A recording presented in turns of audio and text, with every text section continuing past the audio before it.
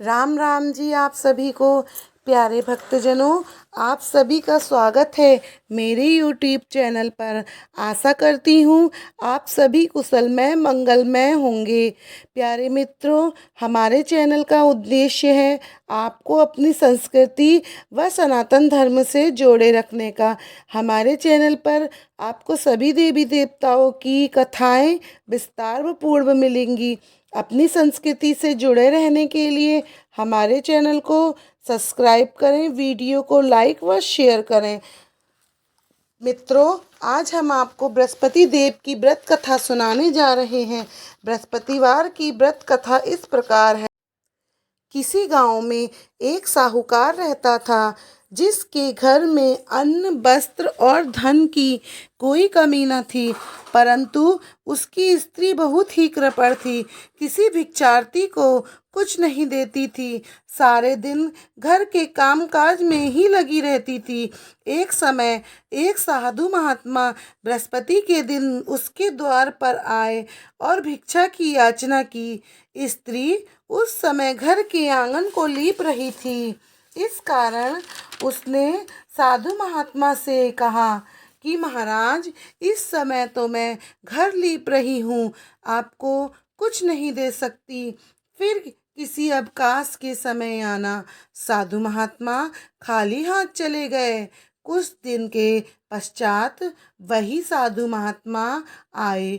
उसी तरह भिक्षा मांगी। साहूकारनी उस समय लड़के को खिला रही थी। कहने लगी, महाराज, मैं क्या करूं, अवकाश नहीं है, इसीलिए आपको भिक्षा नहीं दे सकती। तीसरी बार महात्मा आए तो उसने उन्हें उसी तरह टालना चाहा, परंतु महात्मा जी कहने लगे, तुमको बिल्कुल अवकाश ही न हो जाए तो मुझको भिक्षा दोगी? साहूकारनी कहने लगी कि हाँ महाराज, यदि ऐसा हो जाए तो आपकी बड़ी कृपा होगी। साधु महात्मा जी कहने लगे कि अच्छा, मैं एक उपाय बताता हूँ। तुम बृहस्पतिवार को 2 दिन चढ़ने पर उठो, सारे घर में झाड़ू लगाकर कूड़ा एक कोने में जमा करके रखो, घर में चौका इत्यादि मत लगाओ। फिर स्नान आदि करके घर वालों से कहो उस दिन सब हजामत बनवाएं।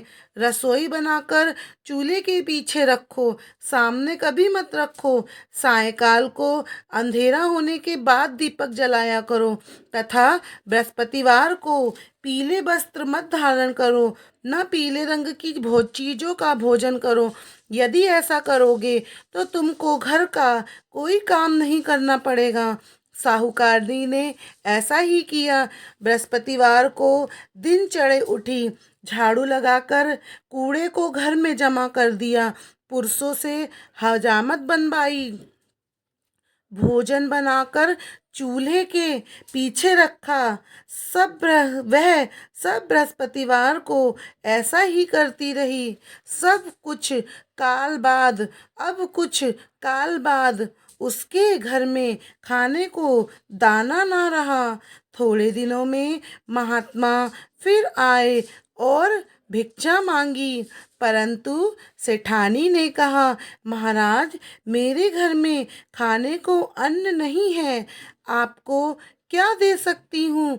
तब महाराज ने कहा कि जब तुम्हारे घर में सब कुछ था तब भी तुम कुछ नहीं देती थी, अब पूरा पूरा अवकाश है तब भी तुम कुछ नहीं दे रही हो, तुम आखिर क्या चाहती हो?